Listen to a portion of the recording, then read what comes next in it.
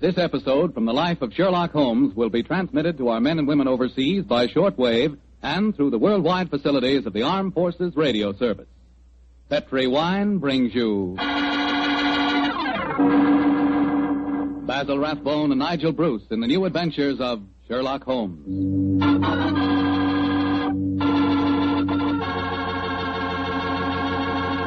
The Petri family, the family that took time to bring you good wine, invites you to listen to Dr. Watson tell us about another exciting adventure he shared with his old friend, that master detective Sherlock Holmes. It began on a summer evening in 1906. I'd been for a long walk in the park, I remember, and when I returned to Baker Street and entered our rooms, Holmes looked up at me with a twinkle and spoke. You look positively glowing with health, Watson. Well, I had a splendid walk, my dear fellow. You should have come with me. The park was looking particularly beautiful. Well, old chap, during your absence, I've decided to write another monograph. Oh, well, what's the subject this time? Occupational liability to murder. For instance, the mortality rate is naturally high among policemen and detectives. Physicians are murdered with fair regularity, but the murder of a dentist is rare.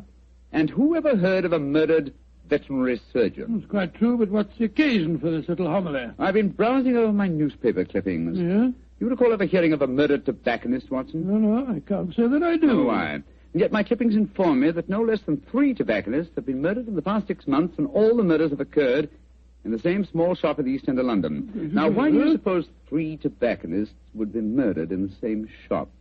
Come now, old fellow. Give me a logical solution to the problem, will you? Well, let me see. You say that the shop's in the East End? Yes. Is it near the river? As it happens, it's on the water's edge. Then supposing the tobacconist shop was the headquarters of a smuggling ring. Perhaps boxes of cigars were unloaded from the dock and brought to the shop. Cigars containing pearls or opium or something. Watson, my dear fellow, you're doing splendidly. You must walk in the park more frequently. You're positively scintillating. Oh, no, you're making fun of me. I assure you I'm not. You're expecting anyone home? No, probably a visitor from Mrs. Hudson. Go on with your fascinating theory. Now, why are 3 tobacconists murdered? Well, because they know too much. Perhaps they demand a share in the profits, so the head of the ring decides to kill them. Plausible enough, Watson. I really must congratulate you. I can see that I'm very lucky in having a biographer with such a lively imagination. Thanks very much. Come in. That's very nice for you. Imagination. Oh, hello, Lestrade. Stan, I'm glad to see you. I hope I'm not intruding. Not at all, my dear fellow. Come along, sit down. Thank you, Mr. Holmes. Anything remarkable on hand? No, Mr. Holmes. Nothing very particular. Then tell me all about it, Lestrade. Can't hide anything from you, can I, sir? Yes, there is something on my mind, and no mistake. And it concerns the 3 murdered tobacconists, I see. Splendid. Now, how the blazes did you know that? Yes, Holmes, that's pure magic. Not at all, my dear Watson. It's simple deduction. Observe the 5 cigars peering out of Lestrade's breast pocket. They are of a far superior quality to his usual brand. Obviously, the scene of his latest investigation has proffered certain, well, shall we say, professional perquisites. Am I right, Lestrade? Of course you are. Careful one, Mr. Holmes. Thank you, I'll stick to my pipe. Well, how about you, Doctor? Oh, thank you, Lestrade. By Jove. Coronas. And now, Inspector, tell me about the murdered tobacconists. Well, how much do you know about the case? Just what I've read in the papers. Well, curiously enough, we were discussing the affair as you walked in, Lestrade. It's a strange business, gentlemen. I only got hold of the old story today when I had a long talk to young Jack Longworth. He's the owner of the shop. Oh, in relation to Gerald Longworth, the taller member of Parliament who battled so successfully against the slum clearance bill? His son, Mr. Holmes. Nice young fellow, too. When his father died, he inherited this shop along with a lot of other property in the East End. Well, how big a shop is it, Lestrade? Oh, just a hole in the wall, Doctor, like all the other shops in that part of London. Young Mr. Longworth tells me he first rents it to a man by the name of George Grillet. He lives there with his daughter Lily and made quite a nice go out of the shop. 6 months ago, when Jack Longworth was abroad, George Grillet has a stroke and nearly kicks the bucket. Kicks the what? He nearly dies, Doctor. Oh, kicks the bucket. I remember that. And then what happened, Lestrade? Well, while he's in the hospital, his daughter gives up the lease on the shop. A few days later, an Italian takes it over, and a couple of weeks later, he's found with his throat cut. Did you investigate that first murder yourself? No, Mr. Holmes. It seemed like any of a dozen killings we get in that part of London. A shopkeeper cut up, his till emptied, no clues. Well, who was the next tenant? a Scotchman, bloke by the name of Mackintosh. A few weeks after he moved in, the same thing happened to him. That time, I did go down there, but I couldn't find out nothing. Was robbery again the apparent motive? Yes, sir, but the killing wasn't the same. He was strangled with a silk scarf. Silk scarf, eh? And who was the third tenant? The man who was murdered yesterday? A Hindu fella. A man by the name of Mukherjee. He takes it over a week last Friday, and yesterday we finds him knife through the back and his money gone. Of course, I was down there before you could say Crystal Palace. But once again, I didn't find out nothing. No knife, no fingerprints on the till, no footprints, just a very dead Hindu. Was young Mr. Longworth the landlord in England when these murders occurred? Yeah, that's the funny thing about it, Mr. Holmes. He docked at Tilbury yesterday morning. He didn't know nothing about what had been going on. Well, I imagine he'd have difficulty in renting the shop after 3 murders. Well, that's just it, Doctor. That's why he comes to me at the yard. George Grillett, his first tenant of the shop, moved back there today with his daughter Lily. And young Mr. Longworth's worried about them. Well, if you ask me, he's more worried about the daughter than he is about old man Grillett. So the original tenants of the shop are back in residence again, eh? And what do you want me to do? Well, I thought perhaps you'd be interested enough to come along with me and look at the shop, Mr. Holmes. I should be very glad to, my dear fellow. Get your coat and hat, Watson. Oh, that's your... Oh, dear, that wretched instrument. I'll answer it. Hello? Mycroft, how are you? What? Yes. Yes, he's here now. Why, of course. I'll do everything I can, certainly. Let's have dinner together soon, shall we? Splendid idea. All right, goodbye. Well, was that your brother, Holmes? Yes. Lestrade, I do think you might have told me the whole truth. Well, how do you mean, sir? I thought your visit was prompted by a need for friendly assistance. I didn't realize that you came here virtually on a government order. Well, it wasn't just quite like that, Mr. What's Holmes. the government got to do with the case, and how does your brother Mycroft fit into the picture? Not sure yet. But of one thing we may be certain, there's obviously a great deal more in this case than Lestrade would have us believe. Why do you say that, Holmes? You must bear in mind, old fellow, that occasionally Mycroft is the British government.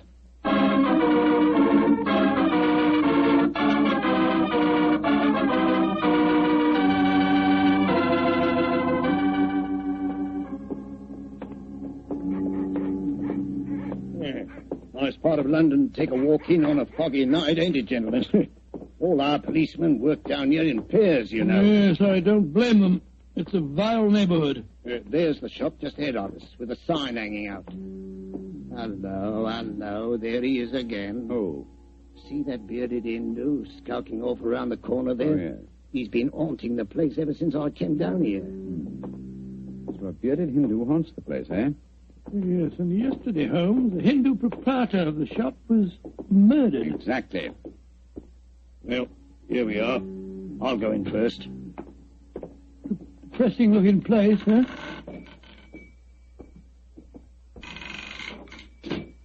I'll be out in a jiffy. That's Lily, George Grillett's daughter. Helps him with the shop. Sorry to keep you wet. Oh, it's you, Inspector Lestrade. Yes, Miss Lee. I brought some gentlemen to see your father. This is Mr. Sherlock Holmes and Dr. Watson. Pleased to meet you, I'm How do you sure. do, Miss Grillett? How do you do, young lady? Is your dad home? No, Inspector, he won't be in till after dinner. Went down at the docks, he did, to see about some cigar shipments. Mr. Longworth's here. If you want to see him, we were just having some tea in the back room. Yes, I'd like these gentlemen to meet him. Jack, come out in the shop, Jack. What is it, Lily? Oh, Inspector Lestrade. And this must be Mr. Sherlock Holmes and Dr. Watson, I'm sure. How do you do, sir? How are you, Mr. Longworth? I'm very glad the inspector was able to persuade you to come down here, Mr. Holmes. I'm dreadfully worried about this business, particularly since Lily's father insisted on coming back here. I'm afraid they're in great danger, but I can't make Mr. Grillett see it. Young lady, I wonder if I might ask you a few questions. Well, of course, Mr. Holmes. Before your father had his stroke, did he receive any threats concerning his occupancy of the shop? Well, if he did, he never told me about him. But it wouldn't surprise me. I often told him his biggest enemy is himself, if you know what I mean. Yes, I think I do, Miss Grillett. When your father had his illness, who decided to give up the lease on the shop? I did. No money was coming in, and, well, it looked like Dad might be an invalid for life. Of course, I couldn't run the shop by myself. Anyhow, I never did like this part of London. It wasn't the right business for Father. What was his reaction when you told him to you've given up the lease. Oh, he was awful angry with me. Said I'd no right to do it without asking him. By the way, we saw that bearded Hindu again as we walked up just now. He's been hanging around ever since we came back here, Inspector. Well, has he actually come into the shop, Miss Gwinnett? No, but he keeps walking by and looking in the window. I'm sure if we both went into the back room or left the shop for a little while, well, he'd come right in. Then I suggest we give him the opportunity he's seeking. Miss Grillet, I wonder if you and Mr. Longworth would mind leaving the shop for a while. Of course not, Mr. Holmes. Make your departure rather ostentatious, shall we say, so that he can't help noticing it. Give us half an hour or so and then come back. Perhaps you wouldn't mind going with them, Lestrade. But, Mr. Holmes, this is my case. I know, but in a situation like this, Watson and I work much better alone. We may have to go a little outside the law, and your presence might embarrass us. You'd never think I was a detective, too, would you? Very well, We'll be back in Mr. half an hour.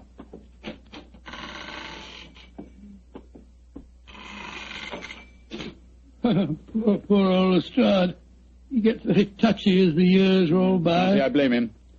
I'm leaving him completely in the dark. Come on, Watson, behind the counter. No, my dear fellow, not under it, old chap. We lift the flap. So. Now I suggest we crouch down behind here. Come on, that's it. Have you got your revolver, Watson? Yes, it's in my pocket. Good. Meantime, make yourself as comfortable as these cramped quarters will permit. We may have quite a wait ahead of us.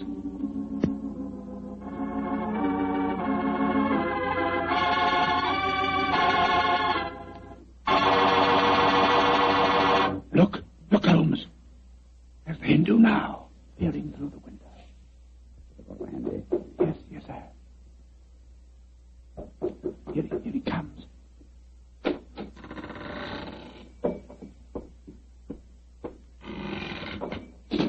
All right, Watson. Put your hands up. I got you covered with this revolver. Now, my man, what are you doing here? Who are you? Never mind who I am. Just answer my question. I do not speak very good English. तुम हिंदुस्तानी बात बोल नहीं सकता? सकता है. तो तुम इधर आया? देखने को आस्ती तुम्हारा भाई हमको हुक्म दिया. तुम्हारा भाई? तुम जा नहीं सकता? बहुत अच्छा.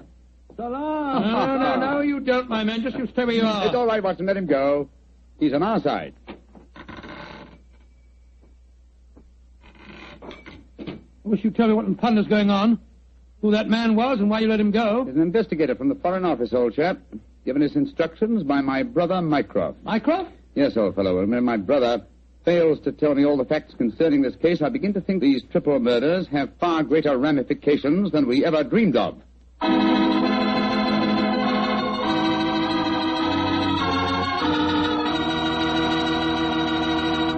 Dr. Watson's story will continue in just a second. Just about time enough for me to mention that any meal becomes a better meal when you serve it with Petri wine. And say, you'll find that Petri California Burgundy and Petri California Sauterne are just made to go with food. That Petri Burgundy is a rich red wine that's bosom pals with any meat or meat dish. Boy, what a flavor. And that Petri Sauterne is the delicate white wine that's just perfect with chicken or with fish. Yes, sir, with food, you just can't beat a good Petri wine.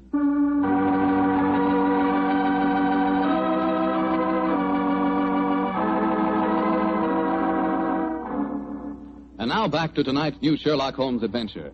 A puzzling case is occupying the attentions of Sherlock Holmes and Dr. Watson. 3 murders have taken place in a small tobacconist shop in the East End of London. As we rejoin our story, it's late at night, and Sherlock Holmes and Dr. Watson, accompanied by Inspector Lestrade, are once again walking toward the ill-fated shop. Well, I don't see that you've accomplished much, Mr. Holmes, except that you've just bought me a nice dinner. Oh, I'm making progress, Lestrade. If only by the elimination of obvious suspects. But there's a pattern to this case, and that should give us a clue. Well, how do you mean, Holmes? My dear fellow, consider the obvious motive of these murders, and particularly observe the results they've obtained. Well, the motive was the same in all 3 killings, robbery. Oh, no, Lestrade. Don't let the theft of a few pounds from the till blind you to the real motive. Look. Here's Miss Grillet now. She's coming out of the shop. Good evening, Miss Grillet. Hello, Mr. Holmes. Is your father home yet? Yes, he is, Mr. Holmes. And I can't tell you how anxious I am for you to talk to him. I'm going to meet Mr. Longworth. He's taken me to the music hall. I should be home just after 10. I hope you'll be able to stay with Dad until then. Well, don't you worry, Miss Grillet. We'll keep an eye on him. Oh, thanks ever so much. Oh, Oh, Mr. Holmes. Yes, Miss Grillett? Please don't go into our rooms in a bet, will you? I've left things in a frightful mess. I quite understand, Miss Grillett. Well, ta-ta all. See you later. Let's go into the shop.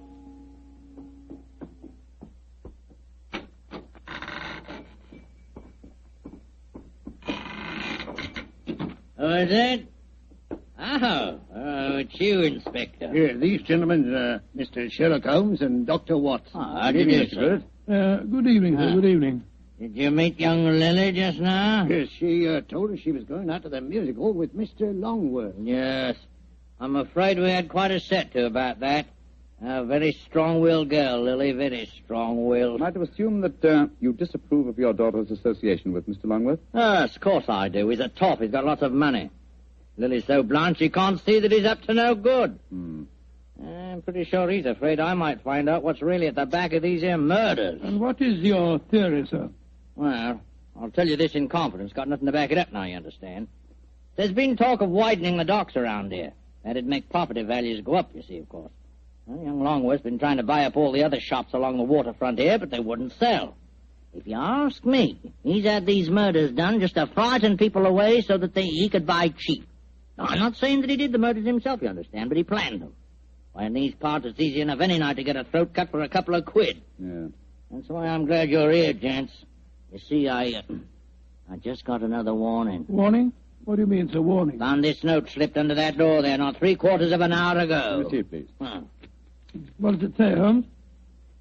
I shall call on you at 8:30 tonight.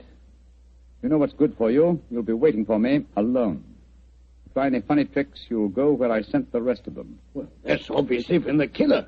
Possibly. What's the time now? Look, it's 8:20. I was hoping you gentlemen would wait in our rooms back of the shop. You can hear what's going on in here, and if he tries any rough stuff, you can pop in and nab him. Just what I was about to suggest myself, Mr. Grillett. Either way, will you? Oh, yes. Just step behind the counter, gents. Now, through here. Here we are. Ain't exactly Buckingham Palace back here, but you can make yourselves comfortable, can't you, gents? Oh, don't you worry about us, Grillett. Oh, I better turn out the gas. If this bloke spots a light under the door in here, he might smell a rat. Now, there we are. Now, as soon as I see him coming in the shop, I'll knock twice on the door, like this. And that'll give you the signal that he's here. Is that right? Right, you are, Grillett. All right, now keep your ears open, gents. I may need your help. Where are you, Holmes? I can't see a thing. Over here, Watson. You know, I've got another theory why Jack Longworth might be at the back of all this. You listening, Holmes? Yes, I'm listening, old fellow. What is your theory? Longworth knows that Grillett doesn't approve of his having anything to do with Lily. So when he goes abroad, he leaves instructions to murder the tobacconist. The assassins don't know about Grillett having a stroke, of course, so they keep murdering the wrong fellow. Well, that makes very good sense, Doctor. What do you say, Mr. Holmes? Holmes. Holmes. Where are you? Oh, bless my soul, he's disappeared. No, I haven't. I was just exploring. Shh. The signal. There goes the front door. Somebody's come in.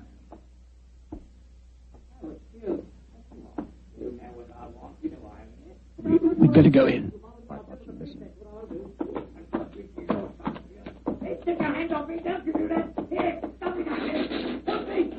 We've got to get in there at once. Open the door. Well, it's locked. Never mind that. Get your shoulders into it. Come on, help me. On here. Go. Come on, one more.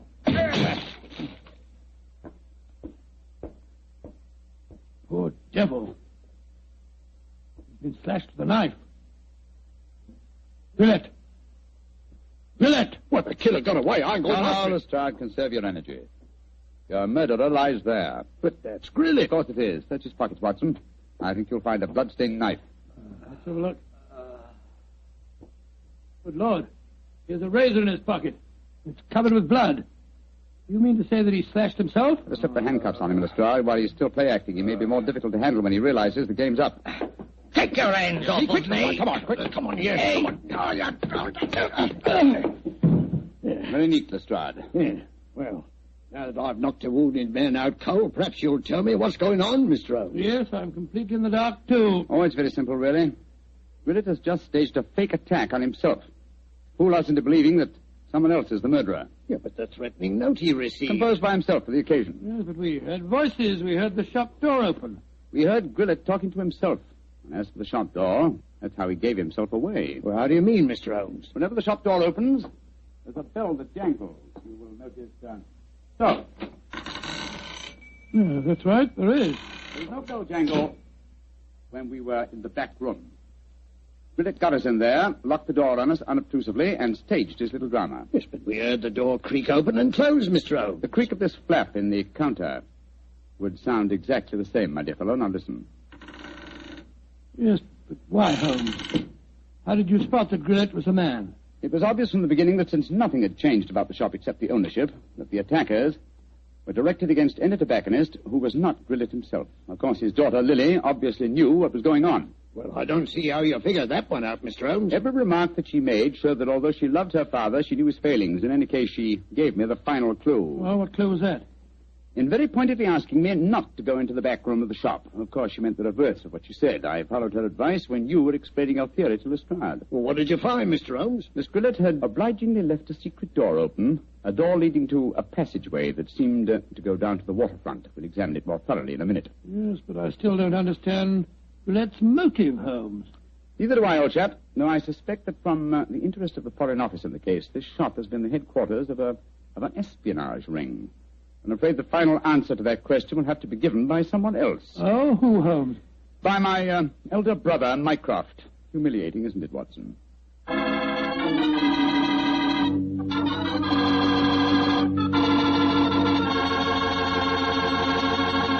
And what was the final answer to the question, Dr. Watson? Well, Holmes was right as usual, Mr. Foreman. The shop had been the headquarters of a spy ring operated by Gillett. Many international criminals had been smuggled in England or foreign ships moored up the river. And did Mr. Gillett hang for his crime? No, he didn't, my boy. Before he came to trial, he had another stroke and he died. Probably just as well for his daughter's sake. Oh, his daughter. Yes, a lovely girl. Did she marry Longworth? Indeed she did. As a matter of fact, I danced at her wedding. It was a very wonderful wedding reception. See, you would have been there yourself, Mr. Foreman. In fact, you'd have liked it very much. They served a pretty good wine. Was it a Petri wine by any chance? Oh, well, it was so good it easily might have been. You mean because Petri wine is the kind of a wine you can't forget? That's exactly what I do. Well, that's because the Petri family really knows all there is to know about the fine art of turning luscious, sun-ripened grapes into fragrant, delicious wine. You see, the Petri family's been making wine ever since they started the Petri business way back in the 1800s. And they've been able to hand on down in the family, from father to son, every bit of their skill and experience. That's why Petri wine is so good today, because Petri took time to bring you good wine. And say, don't forget to take a moment yourself and send for your free recipe calendar. Remember, send to Petri Wine, San Francisco 26, California. This offer is intended to apply only in those states and other localities where its acceptance is permissible by law and regulation. And now, Doctor, do you feel like giving us a hint about next week's story? Yes, I do. Next week, Mr. Foreman, I'm going to tell you a strange adventure that happened to Holmes and me in the West End of London. It concerns the death of a famous actor who was portraying the part of an equally famous man, Sherlock Holmes. Thank you, Doctor. See you next week. And say, from the news we've had so far today, maybe by next week at this time we'll hear some really good news from Europe. I certainly hope so, Mr. Foreman. But let us remember the war won't be over when Germany quits. We've still got to lick Japan. And that's going to take a long time. So instead of celebrating when VE Day comes along, let's just strengthen our resolve to support the war more than ever here at home. Keep that war job. Don't leave it till you're released. Keep on buying more and more war bonds and keep them. Don't turn them in. Help all you can with all home front activities and observe all our wartime regulations such as price ceilings. That's the real way to celebrate a victory in Europe, by working harder to end the war in the Pacific.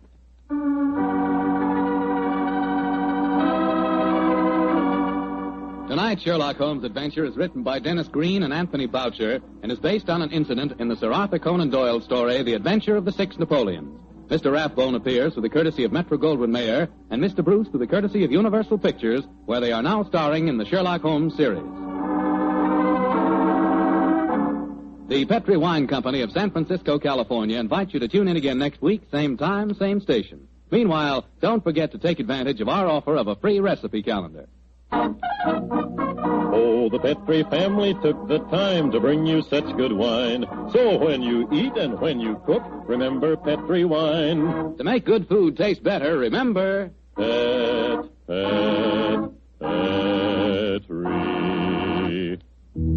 wine. This is Bill Foreman saying goodnight for the Petri family. Sherlock Holmes comes to you from our Hollywood studios. This is the Mutual Broadcasting System.